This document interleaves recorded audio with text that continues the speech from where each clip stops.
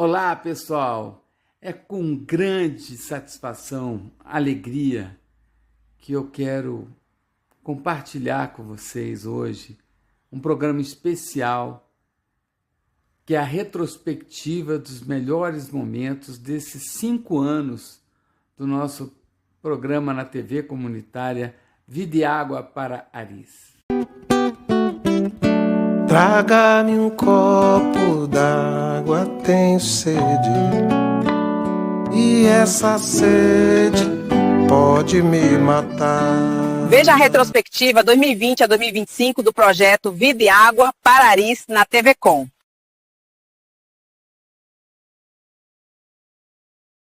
Olá! Hoje a gente vai olhar para trás, para uma história de 5 anos de um movimento comunitário. E que movimento! Aconteceu bem aqui, na capital do Brasil. É uma história de muita luta, sabe? De resistência e, acima de tudo, de esperança. A gente está falando do movimento Vida e Água para Aris. E para a gente começar a entender o tamanho disso, é preciso ouvir. Presta atenção nessa fala. É da Andréia, uma moradora. É forte, né? Ela diz que eles foram tratados como pessoas perigosas. E ela completa, onde tinha crianças, idosos, adolescentes, mulheres. Isso, assim, já nos joga direto no centro da luta. Antes de qualquer número, de qualquer dado, é essa realidade que deu origem a tudo. Bom, para a gente entender essa história toda, a gente dividiu a nossa conversa em 5 partes, ok? Primeiro, a gente vai entender a crise da água que começou tudo. Depois, como a universidade entrou em ação. Aí a gente vai ouvir as vozes de quem estava na luta, ver quem eram os aliados e os inimigos, e, por fim, pensar no legado e no futuro desse movimento. Bora lá!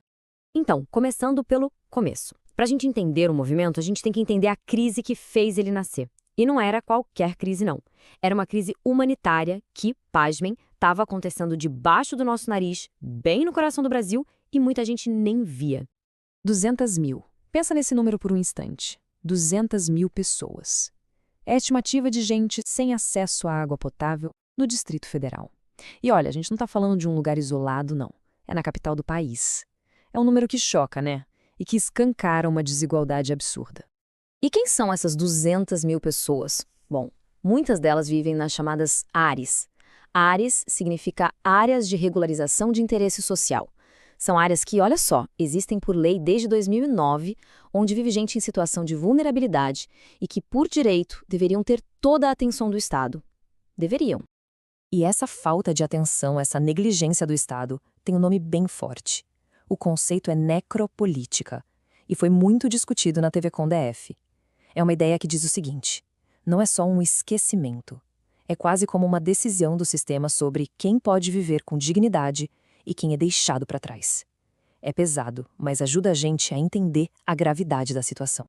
Ok, então vamos para a segunda parte. Se a situação já era ruim, imagina o que aconteceu quando a pandemia chegou. De repente, lavar as mãos, ter higiene básica, virou questão de vida ou morte. E para quem não tinha água? Foi nesse cenário de caos que a universidade resolveu agir. E a resposta foi, assim, muito rápida. Em abril de 2020, bem no pico da crise da Covid, a Universidade de Brasília, a UNB, lançou o projeto Vida e Água para Aris. Começou como uma coisa de emergência, sabe? Mas a ideia foi crescendo e entre 2021 e 2022, eles criaram as Casas Vida e Água, que viraram pontos de apoio importantíssimos dentro das próprias comunidades. E o jeito que eles fizeram isso é muito legal. O nome da metodologia é pesquisa-ação. O que isso quer dizer? Basicamente, a universidade não foi lá só para, escrever um artigo sobre o problema. Não. Ela foi para botar a mão na massa junto com os moradores. Foi uma troca. O conhecimento da academia com o conhecimento de quem vive a realidade todo dia, buscando soluções de verdade. Bom, agora a gente chega no coração da nossa retrospectiva. Porque a história desse movimento não está nos livros, está na voz de quem viveu tudo isso. Foi uma troca de saberes incrível, onde todo mundo, de verdade, ensinou e aprendeu. A gente ouve a Andréia de novo, e olha a pergunta que ela faz, falando da brutalidade das derrubadas. O nosso direito é a polícia chegar com bomba e tiro? Ou é ter o direito humano e o direito à moradia respeitados? A pergunta dela é a pergunta de milhares de famílias, né? É uma luta por muito mais que um teto, é por dignidade. E aí vem outra voz, a do líder indígena Júnior Chucuru, que traz uma outra camada para essa discussão, uma visão ancestral. Ele diz, nós somos água. Para ele, para os povos originários, a água não é só uma coisa que a gente usa, um recurso, é a própria vida. Essa visão foi fundamental para o movimento, para lembrar todo mundo dessa conexão profunda com a natureza. E para amarrar tudo isso, essa troca de saberes, tem a fala da professora Maria Luísa, da UNB. Ela resume perfeitamente a ideia da pesquisa à ação. O conhecimento de verdade, ele não é construído só dentro da universidade, isolado. Ele se constrói ali, na base, na luta popular, junto com as pessoas. Certo. Agora, vamos para a quarta parte, para a gente entender como essa luta aconteceu na prática, no campo político e social. Porque, claro, todo movimento tem gente que se opõe, mas também constrói uma rede de apoio muito poderosa. E aqui a gente vê bem esse campo de batalha. De um lado, uma aliança muito forte, né? Tinha frentes parlamentares, sindicatos como o Simpro e o Sindágua, outros movimentos sociais e a universidade, claro. E do outro lado, as ameaças. As derrubadas, que eram demolições violentíssimas feitas pelo Estado. A negligência de sempre. E ainda a tentativa de transformar quem luta por direitos em criminoso. E só para a gente ter uma ideia dos parceiros institucionais que foram chave nisso tudo. A UNB, claro, na linha de frente, sindicatos importantíssimos como o Simpro-DF e o Sindágua, e também o apoio político da Frente Parlamentar Ambientalista e de vários deputados, tanto distritais quanto federais. Essa galera deu um suporte gigante. E aqui, a gente precisa fazer uma homenagem mais do que especial. De 2020 a 2025, a TV Com DF foi a grande parceira de mídia desse movimento. Pensa bem, num cenário em que ninguém olhava para essas comunidades, a TV Com foi o único espaço que, por 5 anos, abriu as câmeras e mostrou a realidade das áreas. Um trabalho jornalístico que fez toda a diferença. E chegamos na nossa última parte. Depois de 5 anos de uma caminhada tão intensa, fica a pergunta.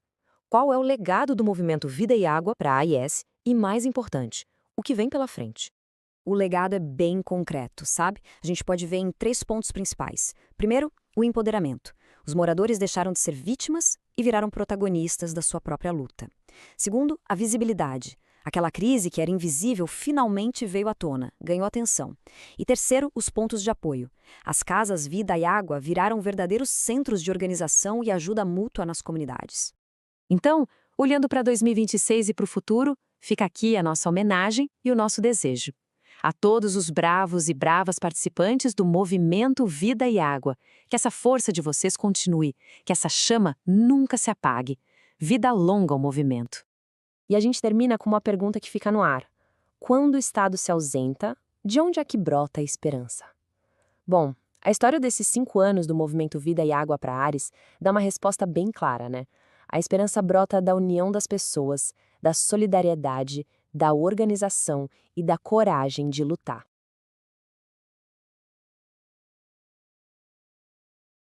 Para dar as boas-vindas a esse programa, em nome do Simpro, nós temos 2 diretores que gentilmente vieram participar dessa primeira exibição do programa. Então, nós estamos no estúdio remoto com o diretor Anderson, que vai dar as suas boas-vindas em primeira mão. Anderson, muito obrigado por sua participação. É uma honra para nós termos o Simpro como parceiro do projeto Vida e Água para as Ares. Dê a sua saudação, por favor. Boa tarde, PT. Boa tarde, Priscila, minha companheira de luta aí, dos sindicatos professores. É uma honra, né, em nome da diretoria colegiada, poder participar da TV comunitária e desse projeto junto à UNB, porque é de extrema importância, né, esse projeto, porque traz a atividade acadêmica para dentro da periferia, né, e a periferia também tem os seus acadêmicos. Formação dessa primeira Casa Vida e Água foi o contato com a gestora da estrutural. Entramos em contato com a gestora, a professora Juliana, a professora Suzy, e elas apresentei o projeto e elas aceitaram a participação. Onde a pesquisa, como o professor falou, foi detectado mais de 200 mil pessoas sem água, né? É um absurdo. Na capital federal, a gente ter detectado isso, pessoas sem o mínimo acesso em plena pandemia, onde a gente precisa ter a higiene diária, de lavar as mãos, de tomar banho. Então, assim, é uma calamidade, pode dizer, na capital federal. E a pesquisa, né, ela vem contribuir para que essas pessoas totalmente excluídas possam a vir ter água. O laboratório está em atividade e, como professora da UNB, com o PECI e muitos outros professores, nos desafiamos, sim, sabendo que 200 mil pessoas não tinham acesso à água e eram moradores, né, das 29 ARIs, 39 ARIs, né, em 2020, estamos aqui nesse projeto de pesquisação, ampliando essa rede, né, de redes, porque além da universidade nós temos mais de 30, né, entidades e movimentos, sindicatos que participam desse projeto, e acompanhamos que em 2021 eram 47 e em 2022 53. Ou seja, aqueles que seriam 200 mil devem ter aumentado, porque houve um crescimento demográfico do Distrito Federal e certamente nessas áreas chamadas de regularização, que nós chamamos de relevante interesse social. Isso nos levou, no ano de 2023, à realização de 3 encontros fundantes, né, de todo o processo, onde, reunindo essas ARIs, nós conquistamos a construção de 10 propostas concretas para o Plano Diretor de Ordenamento Territorial, além de ter, durante esses 4 anos, batido insistentemente na porta, né, da CAESB, sem resposta efetiva de atendimento ao que chamamos de lote de emergência sanitária, que é essa realidade, né, onde a ausência de água produz doenças, produz baixa qualidade de vida e, por consequência, em todo o processo que nós estamos assistindo, a precarização da vida dessas pessoas. Quarto Empoderaris quer dizer o seguinte: quarto encontro de empoderamento das ARIs, que vai ser realizado em julho, e o lançamento da Frente Parlamentar na Câmara Legislativa do Distrito Federal em defesa dos direitos humanos e socioambientais das ARIs.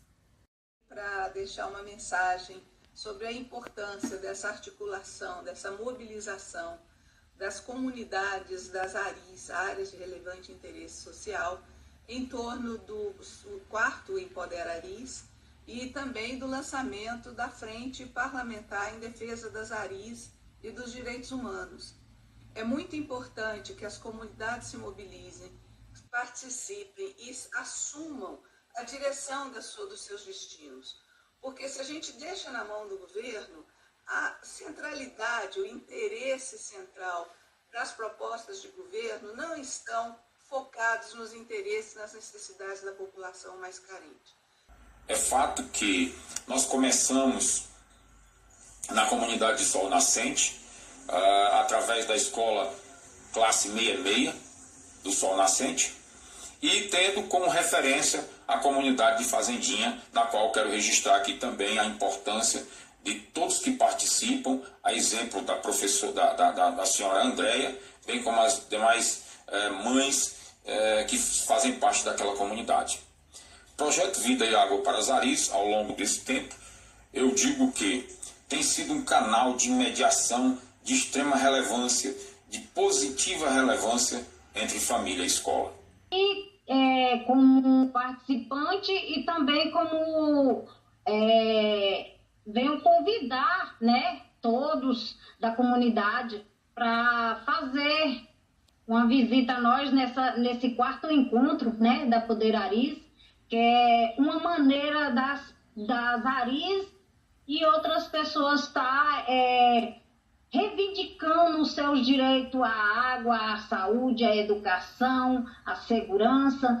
Então, eu venho aqui falar que é importante, é muito, muito importante todos reunirmos em julho, porque é um grupo que só vem a somar com a gente ajudar a gente, porque se não fosse através desse grupo, eu acho que hoje ninguém estaria me conhecendo, ninguém saberia da minha situação. Os eventos são maravilhosas iniciativas, né? Empoderariz é para mostrar o dia a dia mesmo dessas comunidades que muitas vezes são esquecidas e são canceladas os seus direitos, né? E direitos básicos, direito fundamental.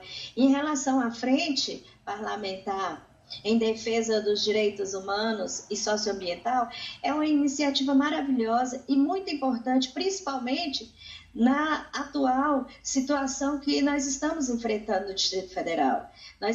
Que vai ser votado agora, esse ano, né? E está tendo derrubada, né? Derrubada de casas sem antes aguardar a decisão do legislativo. Então essa é a denúncia, que foi feita uma marcha, foi entregue, inclusive. Foi muito forte, sabe? Porque eu tive que ir para a casa de uma amiga morando de favor, na casa dela. Eu faço diária, no momento eu estou parada, então tudo que eu faço está sendo para pagar o aluguel, pagar a água, pagar a luz. Então está muito difícil, só eu e minha filha, né? Eu sou viúva. E confesso que está muito difícil, estou muito triste com tudo isso que está acontecendo. O tempo vai passando e nada vai resolvido, sofremos 2 derrubadas truculentas e não paro de pensar nisso. Todos os dias eu acordo já em choro, doida para voltar para casa. Minha filha também sempre fala que quer a nossa casa de volta. É um pouco complicado, né? A gente está nas mãos do governo que está aí só fazendo empreendimentos e deixando a gente para trás. Então a gente nunca recua, a gente está sempre indo em frente, queremos êxito, né? E nós fizemos a caminhada até o Palácio do Buriti, de lá fomos à Câmara Distrital, e nós entregamos o manifesto, oficializamos, fomos muito bem recebidos lá pelos servidores lá do Palácio do Buriti, e oficializamos, e o nosso ofício é que segurasse até a votação do PDUT, porque ainda não tem nada assim delimitado para as pessoas. Então, para ver depois, né, com as famílias, para não ter tanta injustiça, porque está sendo uma coisa horrorizante, né? São mães, são mulheres que trabalham fora, né? Quando volta para casa à tarde, não tinha onde ficar lá na fazendinha. Teve uma companheira que falou assim, as minhas coisas estão todas na rua, né? Tem uma pessoa que dá um espaçozinho só para ela dormir. Ela está ficando o dia todo na rua e é mulher, é trabalhadora da comunidade, né? Então, que esse governo não fizesse esse terrorismo contra essas famílias, deixasse passar segurasse, que foi a eliminar, que nós estamos pedindo, com o juiz, com todo mundo, que segurasse até a votação do PDUT, porque nós... Que não respeita o protocolo humanitário das derrubadas nas áreas aqui do Distrito Federal, que são as áreas mais vulneráveis, né? Então, hoje nós estamos de luto, mas estamos aqui para mostrar que a nossa indignação é maior do que o medo, tem que ser maior do que o medo e tem que ser maior do que a naturalização dessa matança, dessa chacina. Então, o tema do nosso programa hoje é um manifesto contra a violência do Estado nas favelas, comunidades urbanas e nas ARIs aqui no Distrito Federal. Bom dia a todos. Hoje nós estamos aqui, né, apreensivo, com medo, porque saiu umas notícias que vai haver derrubada, que precisa tirar algumas famílias que estão na área de risco. Mas é uma apreensão, é um medo, é uma angústia que todos sentem, porque afinal a gente não sabe o que está por trás de tudo isso. Se realmente vai ter que todo mundo sair ou não, se vão dar outro local para as famílias morar ou não. Então vai ser uma situação muito triste. Então, hoje, nessa manhã, nós da Fazendinha estamos aqui apreensivos, né? Mas, graças a Deus, até esse momento não desceu ninguém para tirar as moradias das pessoas. Mas nós ficamos apreensivos, com medo, sem saber para onde vai essas famílias. Nessas comunidades, e que nunca são vítimas só os que são ditos traficantes ou criminosos. Não que exista a pena de morte no Brasil, mas sempre inocentes estão morrendo, são crianças, homens, mulheres. E isso que aconteceu agora no dia 28 acende um alerta porque a proporção foi muito maior e, a meu ver, não é só uma operação no contexto do Estado.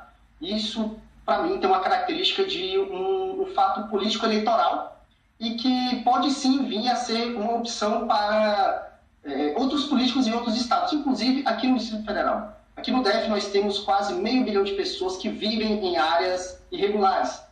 E a gente tem cerca de 250 mil pessoas que não estão ligadas à rede de saneamento da CAESB. E o saneamento ele é a condição básica para o desenvolvimento dos locais. Local onde não tem água, onde não tem o tratamento de esgoto, o local simplesmente não desenvolve. Isso é um fato, isso é uma barreira social, a falta do saneamento.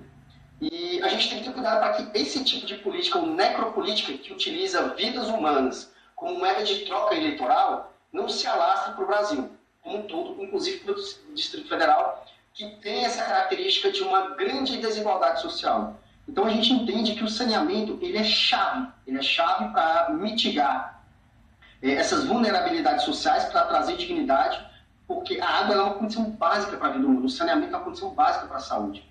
Então a gente entende que, acho que mais do que nunca, o saneamento ele é a chave para a gente desenvolver essas comunidades, tirá-las dessa condição de miséria e de desigualdade social, que é exatamente onde essa fase do crime organizado se alastra.